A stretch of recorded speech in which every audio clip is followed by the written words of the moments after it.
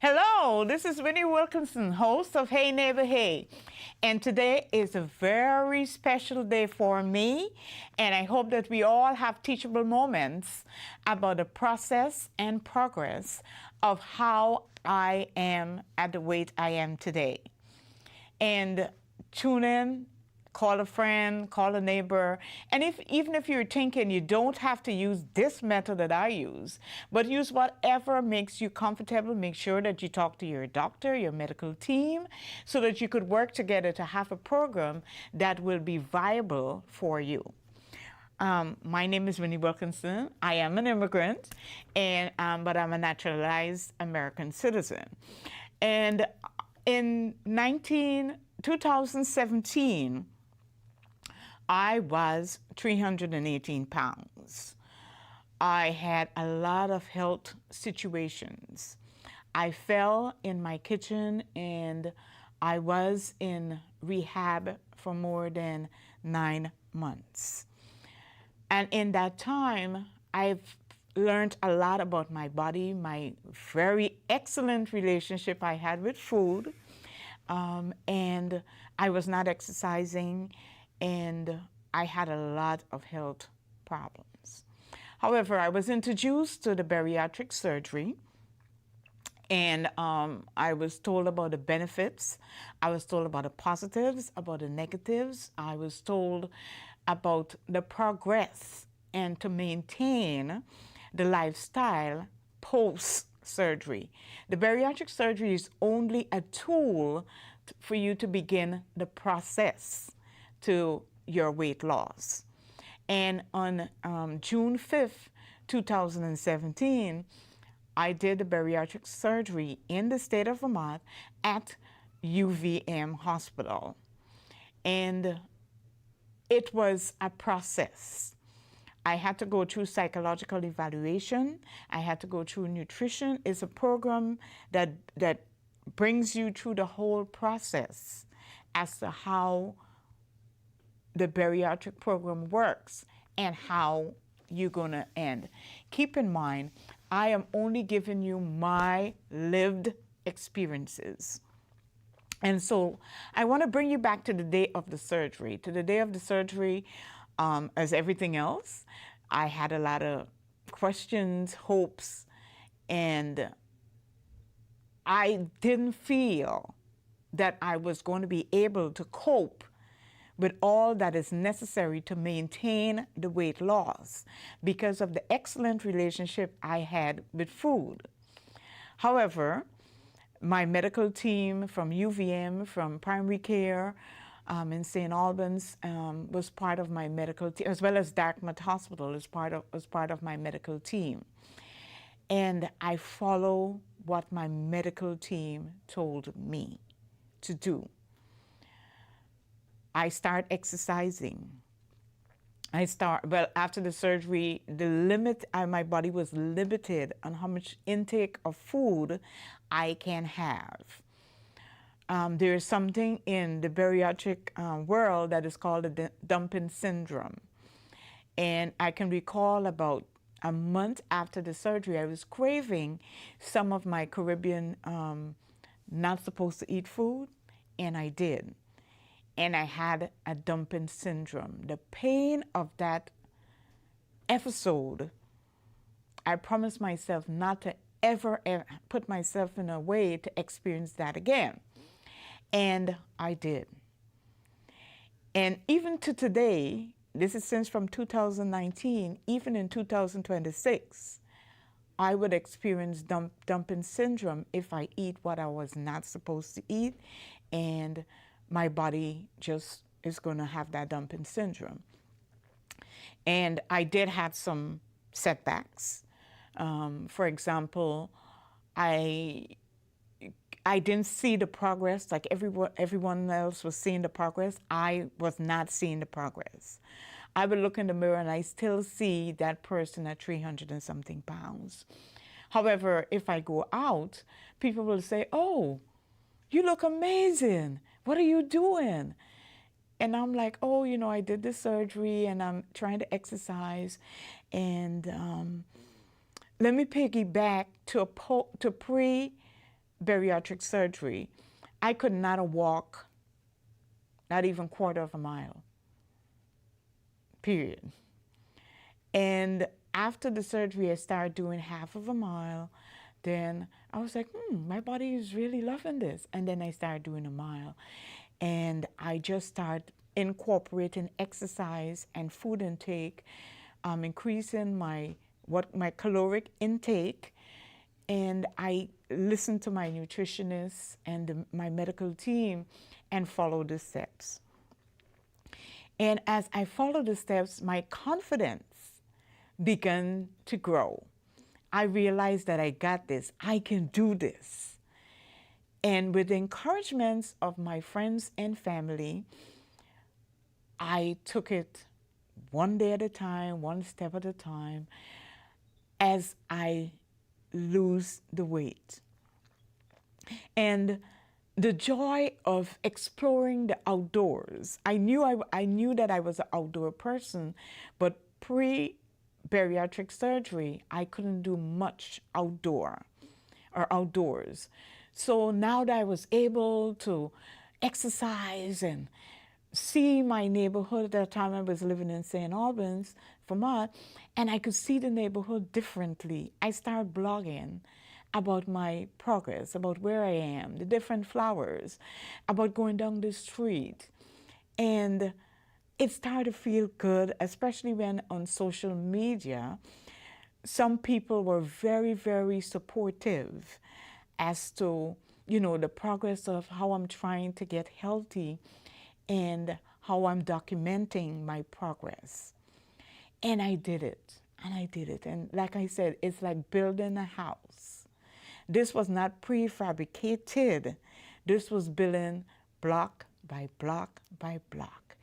Each step, each time I put food in my mouth, I know my caloric intake have to match my exercise. And I incorporate those two facts of my success in the bariatric program. I matched those two together. I wrote a diary, how I felt when I woke up in the morning. I wrote when I was walking, how I felt, the pain, the aches, what felt uncomfortable, what I should do better. And then I start looking online at other people who did the bariatric surgery and is successful at it. And I start in this group, and we will talk about different things. My wake-up time pre-bariatric surgery was like 8:30 if I don't have anything else to do.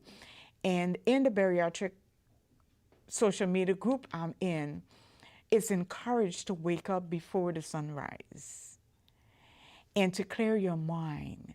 Do self-care before you start your day, and then plan your day. Don't just go along as is get along. The only thing you're planning to do is going to work and doing what you're supposed to do at work. But when it comes to me, I didn't have a plan. Like, I'm going to do this, I'm going to do that for me. And now I know that even with me incorporating that into my life, I was celebrating me all along.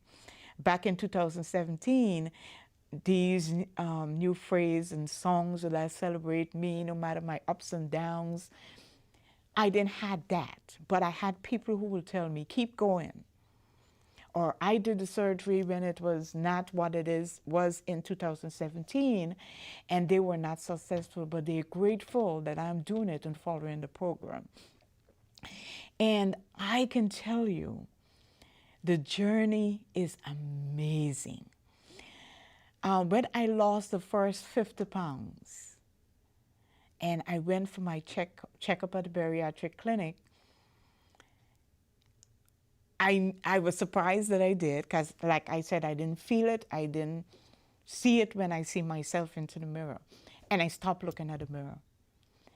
And I think that was about the best thing that I've done at that stage of the program. I stopped looking into the mirror because what I was seeing was not what was happening. I was very critical of myself, and I felt that I'm doing everything that the program is asking me to do, but my body, in my mind, was not reflecting what it was supposed to be reflecting. I covered the mirror up. Don't look at the mirror, but I followed the program. And 6 months into it, when I hit that first 75.5 pounds weight loss, my brain went ding, ding, ding, ding, ding. And I start setting out exercise goals. I start doing 2 miles every day. It didn't matter if it rained or snow. I would go to the Hannaford Mall in St. Albans if it's snowing and walk in there for 2 miles every day. And I get to realize how my body functions when it's my peak energy time, and mine is early in the morning. So shifting and getting to understand my body and how my personal physic and body and soul mind works early in the morning, I incorporate that. And I could remember going to the mall and it could be snowing outside and I'm still doing it, making sure that I do those 2 miles. And after that winter, that I'm bringing you now to 2017, I did it June 5th. I'm now the winter, December, so I'm now bringing you to spring. When there was no snow and you could walk outside, I started challenging myself. Like I would walk from St. Albans up to Fairfield. And people see me walking up that place and I'm struggling or whatever. Do you need a ride? I'm like, no, these are personal goals I'm setting for myself. And I'm challenging myself that I can do this. And at the time I had a friend in Fairfield that when I get to the top, we will do lunch, we'll sit and talk, and we will do some, she wanted to get healthy at the same time, and we will do some walks up in Fairfield as well. And the more I exercise, the more I realize how important it is for you to have some form of activity along with a correct diet for yourself. I'm giving you my life experience, so I'm not asking anyone to follow what I did. I'm giving you my lived experiences. Anything that you're going to start, I would advise you to start with your primary doctor and your medical team, and they will give you the program that is for you. I'm giving you my personal lived experiences. And I was doing that 7 days a week. I would find somewhere to go 7 days a week. And then when I went for my 9 months checkup, and then they were like, wow, you're maintaining it and your body density and all of that felt good. And then I was explaining what I was doing 7 days a week. And then I was advised that I should do it 5 to 6 days a week and give my body that 1 day to relax. And instead do stretches, Tai Chi, something else that is not as stressful as exercising or doing the mileage I was doing. Again, my food had to be tweaked to my activities, listen to my nutritionist, listen to my doctors, both from the medical, from the bariatric clinic, from my primary care, and everyone else. Listen to what they told me again, and I follow the process. And let me bring you to 1 year. 1 year, I was 122.8 pounds lighter 1 year after my bariatric surgery. So I'm now in 2018. And I would exercise. I know my intake. I know which food I couldn't eat. And I'm documenting this so that I know as I look back, I can see what worked what worked for me and what gave me a challenge, and how I addressed that challenge, and what was the solution to any of the challenges that I spoke about before. And my self-esteem, my self-worth, I was motivated to continue in the process 100% without any doubt, because my best interest was also the best interest of my medical team, and I was processing what they were saying and adapt my life to the process. And then we came to COVID-19. So I'm exercising and everything else. And when the world had shut down, well, all of America had shut down, I still used to come out every day and exercise, because now I can't go to the gym, you can't associate. And so I'm in my world, my process of staying on the bariatric diet, staying motivated to exercise and still be successful. That was a challenge. However, my primary care was always a phone call away. The bariatric clinic was always a phone call away. And again, if there was any challenge, I make sure that I call and let them know what was happening. And I would walk every day. Then when it was mandatory that we had to wear masks, I was like, but I'm outside, I didn't have to wear a mask. And friends that wish me well and was following my progress said, you should wear a mask, you ought to wear a mask just to protect yourself, because we don't know how you get this disease or this virus. And I started wearing a mask because, I advise, because people care about me. And I would wear a mask, but I was still, sometimes I had to remove it, and just to get that fresh air in and then put it back on or whatever. But I still maintain right through when the COVID-11 lockdown.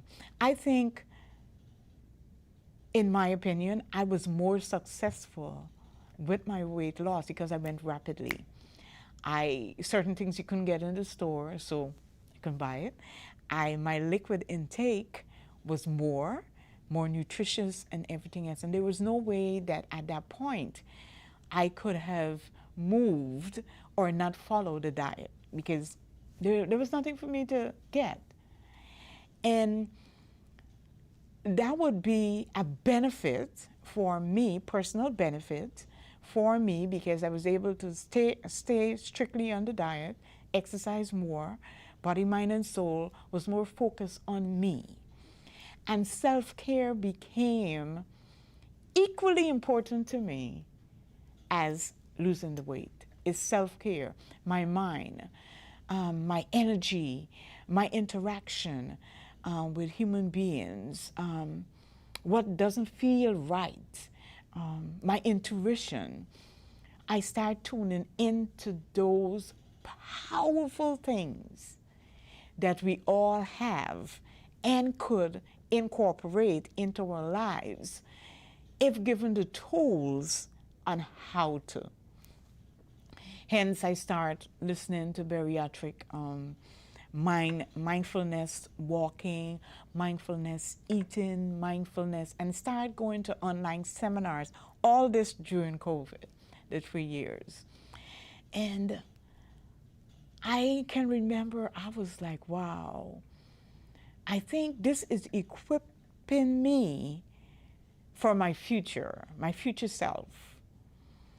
And I find myself stop talking to my present self, and with all the noise of the shutdown of COVID-19 virus, into my future self, to when we're going to open up back.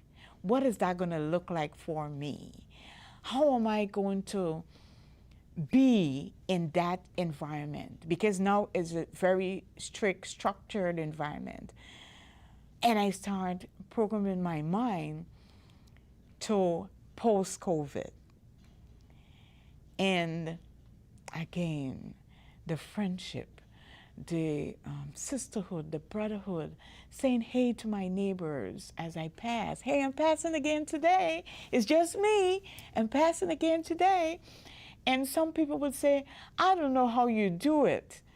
Because every time I raise up, at certain times in the morning, I know I could see you going this way. And then at certain times, I could see you coming back. How do you do it? And, you know, I would laugh and be like, I'm just working on me.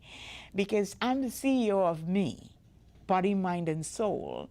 And if I do not take care of me, nobody else will be part and parcel of my progress, because I am not doing anything for myself.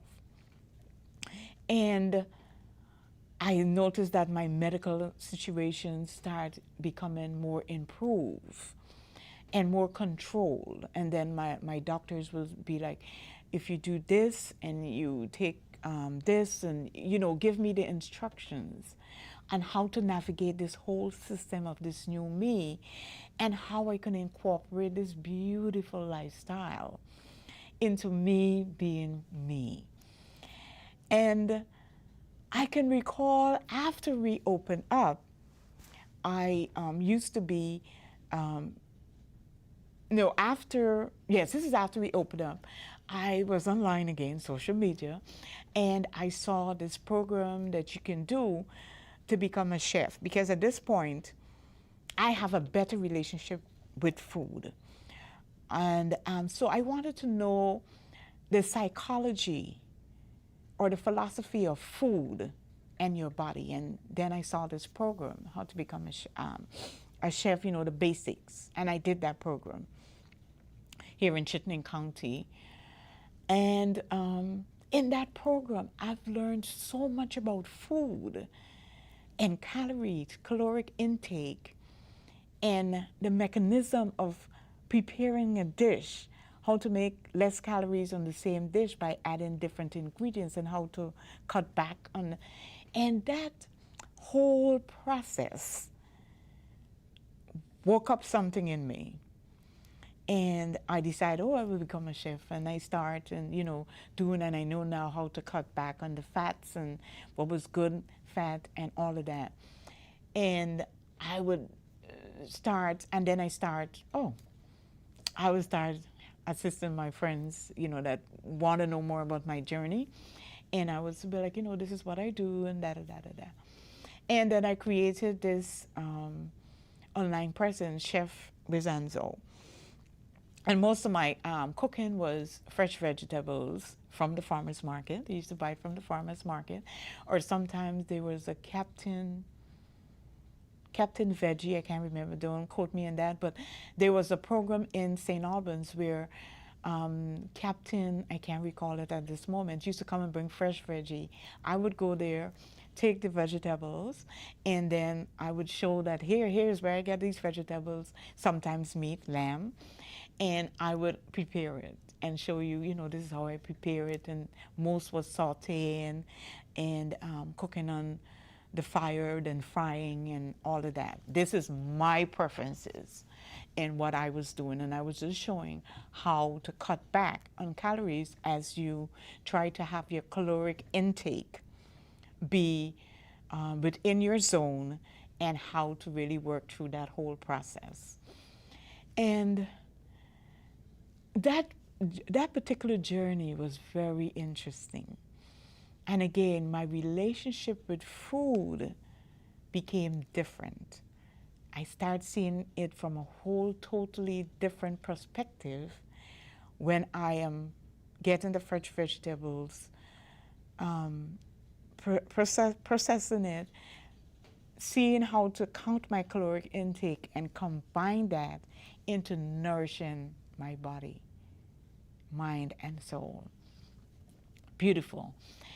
And so I have a different relationship with food, a different relationship with the way I treat my body, a different relationship with self-care, because I'm the most important person. I am a carer. I love to care for people, and I never used to care for myself. Now I care for everyone else equally as I care for myself. And for that, I am extremely grateful of this marriage of these different assets and facets and perceptions in my life that makes me who I am today. And so keep in mind that in the meantime, people move and, you know, life happens, life been happening. And a lot of people haven't seen me, some in post-COVID, never seen me, and because we're doing totally different stuff. And a week ago, someone saw me in St. Albans. I went to visit, and you know, one person was like, "Hey, Winnie, how are you doing?" I'm like, "Hey, I'm fine." You know, happy that someone recognized me. And you know, another lady said to her, "That is not Winnie. I know Winnie. Winnie is fat. She's loud, and this person's impersonating Winnie Wilkinson. I know Winnie for years when she first moved into St. Albans." And she said it with such confidence and tenacity that me and my friend, we both look at each other. And I was not going to say anything or try to convince her that I am me, because there were no use at that point because of her body language, her tone, and with the confidence that I was impersonating me. And within this video, is going to be incorporated what she know and saw, and the process of how I am what I am today. And again, I am not ashamed to say that I used the tool that was available to me at that time, which was the bariatric surgery. And to give full disclosure, I did the sleeve. There's two. My medical team chose the sleeve for me because when they told me the benefits of the sleeve, I felt that that was the best thing for me as well. So yes, I used the tool, the bariatric surgery program, to assist me. I also post the bariatric surgery in 2019, after COVID had finished. Let me be clear on that. After COVID had finished, I had to do some cosmetic surgeries as well. I got my arms done, and I'm not afraid to show those scars. And I also had a tummy tuck, because after losing so much weight, the excess skin was actually causing me harm. And I did that surgery at Dartmouth-Hitchcock College in New Hampshire. And I'm not going to show you that scar because that is a personal scar. I'm not going to raise up my clothes and show you that, but I show you my arms at the end of the program. So yes, I did cosmetic surgery on my arms and the tummy tuck. Everything else is exercise. And as everything else, every human being will have a part of their body that they just don't like. At this point, with me, I do not like the upper part of my legs. Is that important? No. Am I going to do a surgery? No. I'm 65 years old, and I've survived a lot. And this is me. And I don't have to prove anything to anyone, but I just want to put it to rest. Openly, full disclosure, this is Winnie Wilkinson. Period. I'm not going to get into any argument with anyone who's impersonating who, but I think it's kind of hard. It would be kind of hard to impersonate me because I'm one of a kind. I even Google Winnie Wilkinson's in America. Are you aware that there's no other black Winnie Wilkinson in America? I was alarmed by that, as per Google. So I find it interesting and fascinating at the same time. Again, each of us will do whatever we need in our lives to improve our lives in whatever way we can. My personal success story was I was 318 pounds in 2017. In 2026, I'm 122 pounds, hard work, tenacity, following the rules, following the process to the progress, and sharing that knowledge with everyone else. And now I'm doing it publicly of anyone else that is at a crossroad and need to make any change within any situation. My message to you is, and I want to speak it slowly, and I want my projection to be out distinctly. You are the CEO of your life. Your subsidiary is your soul. Your next subsidiary is your body. And your other subsidiary is your mind. Meaning that you control these three facets of your life. And if you take control and be mindful of these three facets as you go about your day, you would realize how much you've grown, how other people perceive you, how other people will doubt your ability to make such an improvement in your life, and how you adapt to process the different processes to get to progress. It's not something that you will wake up one morning and decide. It's something that you have to work on. I work every day on me. I am racing against me because I need to improve myself, body, soul, and mind better than yesterday before. Do I have moments when I fly off the handle because enough is enough? Oh yeah, I do. And I do that as to say enough is enough. What you don't know about, where you don't have factual information about, zip it. Sometimes a still tongue keeps a wise mind. So, again, this is Winnie Wilkinson, host of Hey, Neighbor Hey, coming to you on a totally different topic. No guests, because sometimes this was a journey that I had to go on myself. I had to correct the facts myself. And I want to make full disclosure. I am Winnie Wilkinson. And there's nothing that nobody could do about it. 318 to 132, all Winnie. Now more muscles. More muscles. And so I want to just show my scar, and then I'm going to move on, as I have a few more minutes left, to something that I'm working on.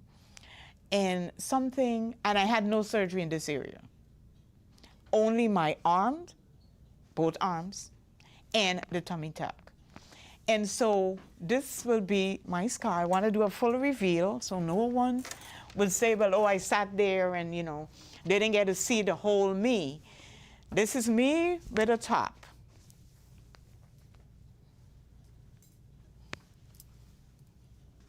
Oh, I should do one of these.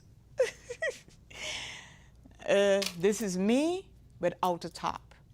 This is the scar for when I had my arms done. The size of my thighs right now was the size of my arms pre-bariatric surgery. So this is the scar of when I had my arms done. So all who did the surgery and their arms couldn't look like this, I don't know what to tell you, but I can show you my scars.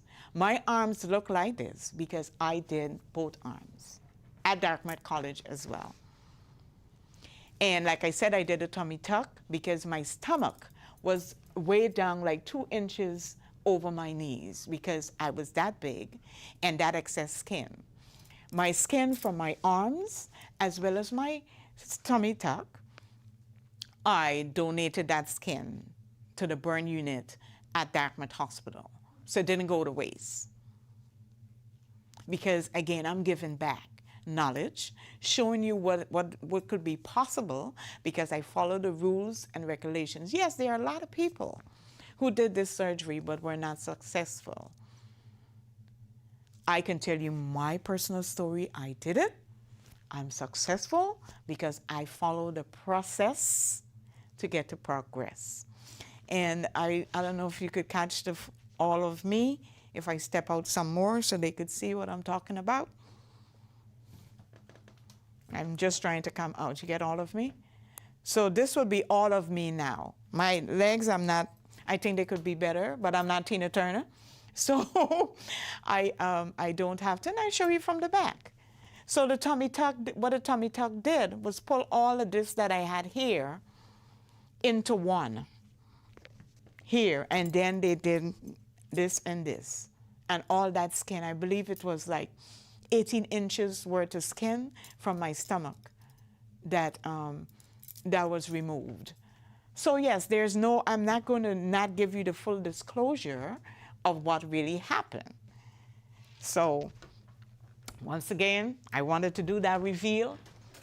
I am Winnie Wilkinson, will always be Winnie Wilkinson, 300 pounds or 126. Still be the same fiery person. And if I gotta get loud, I do. Because sometimes quietness, people are taking my sweetness for weakness. And what I'm saying, don't be deceived. So I'm gonna put my top back on. And as I have a few more minutes, I'm now gonna just give a brief thing about housing in the state of Vermont.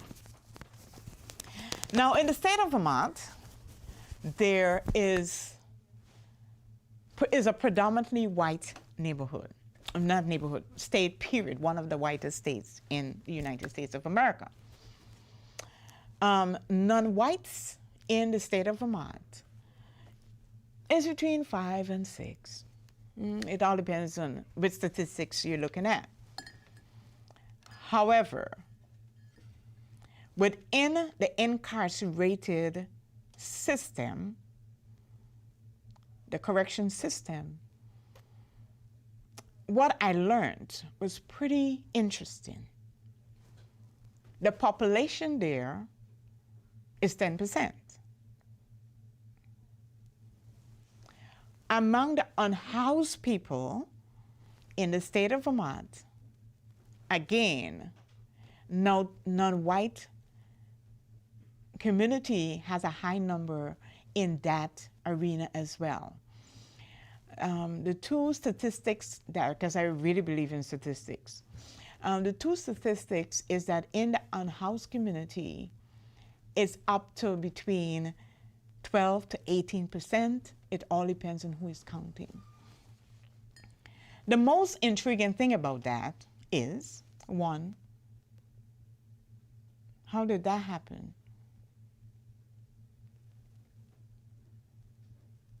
And why is everyone quiet about it? Why a lot of people don't believe that we have any form of discrimination that exists within the state of Vermont. and they will list our politicians. I'm a civil rights, I'm a civil rights activist, been this for over 30 years, and I'm also a humanitarian. And I sit at tables across this country, sometimes internationally as well.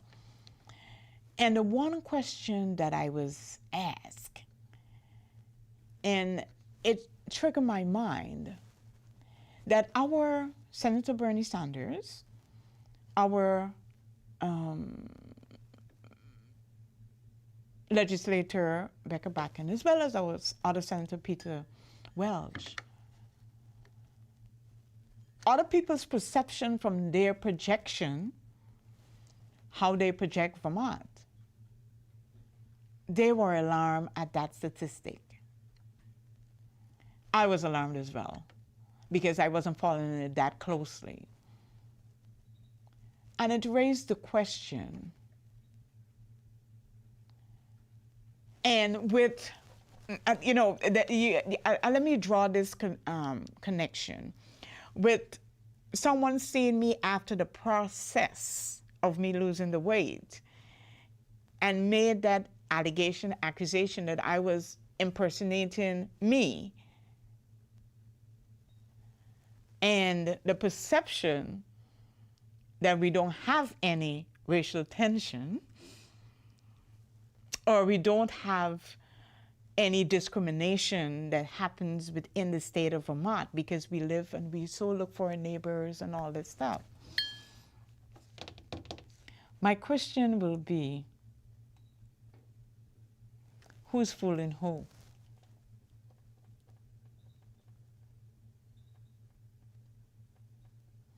I want to start that conversation, and I will start it on social media, because some people hide behind a keyboard. I show you some messages that I receive, and I will smile and be like, oh, thank you for participating in the conversation. Because some statements don't even worth responding to. Because if you come in with facts, like how I was accused of impersonating Winnie Wilkinson, I came today with the receipt. And the receipt is me, head to toe, me. So if you're going to come to me to have a discussion, I would prefer if you have the receipts, the proof. Now, with the information I receive, I can now go to different organizations within the state of Vermont to get receipts, which I'm working on at this moment. With the housing situation and why there's such a distinct difference in the population incarcerated and the unhoused population, why in a state that is predominantly white, in these two areas, it is where the highest non-white people exist. It's something that make you, and again, I'm going to incorporate those political parties and political, how you call them, that, trot the whole country, go to Salem to march. I march in Salem, hey. And I didn't, as a matter of fact, I have to look for those pictures, because at that time when I did it was back in the days where you had to do the picture, and then you got to take it, and then you got to develop, and then you put it down or whatever, when I did all of that. And for full disclosure again, most of the major and also not so major discrimination cases within New York, Bronx, Queens, Brooklyn, Long Island, where I used to live, I was always an activist because I wanted to know both sides of the story. And another full disclosure, I am not anti-cop. Because a cop is a human being while they have their uniform on and while they don't have that uniform on. I am not for a person who is egotistical, authoritative, unprofessional, and discriminate because of their biased perception of another group. I'm allergic, to be frank, I'm allergic to that. Now, if a cop is a dirty cop and is proven, that cop should no longer be a cop. The cop should be decertified. Period. We have one that was decertified in St. Albans. And again, bring the receipts, and when the receipts are there, you could flip it, twist it, the receipts are there. It was the best thing for Franklin County. There's still tensions there. So what I'm saying, because a lot of people are going to come with, oh, I'm biased. I'm not biased. I have relatives who are cops. I have mixed race kids. My son and my grandsons do not discriminate. I have children of white, American Indian, Hispanic, we are mixed people. So that is the two topics I want to talk about. Your perception is very strong. And if you don't have facts to validate or justify your perception, don't spread the rumor. Now, I want to thank you for listening. Very interesting topic. Very interesting conversations. I know that is going to come out from these two topics that I spoke about today. But again, as we embrace life, lived experiences, and look at the future you of what you're representing now, if that is what your future is, what you want to be remembered as. I want to be remembered as a fierce fighter who will stand up when I have to and when I have the facts. This is host Winnie Wilkinson of Hey Neighbor Hey, a talk show in the state of Vermont, and it's being recorded in the studio at CCTV in Burlington, Vermont, and it will also be on YouTube as well. And with that, I am gracious to be here. It's pre-Juneteenth, so happy Juneteenth. However, your information that you have about Juneteenth, but I celebrate Juneteenth because that is about me, my ancestors, and probably, I don't know how long I'm going to live. If I live like my mom, I got a few more years here. But my future generations will know that even in a state where there is not a lot of us, wherever I am, I shine a light of knowledge, empowerment, and teachable moments. Because that is what neighbors do, and that is how neighbors become knowledgeable. And when it comes to state, I want to give you a typical example. Our neighboring state is Maine. Our other neighboring state is New York. Our other neighboring state is Massachusetts. So we do have these neighboring states. So if states could have neighbors, why can't we? One love. Peace out.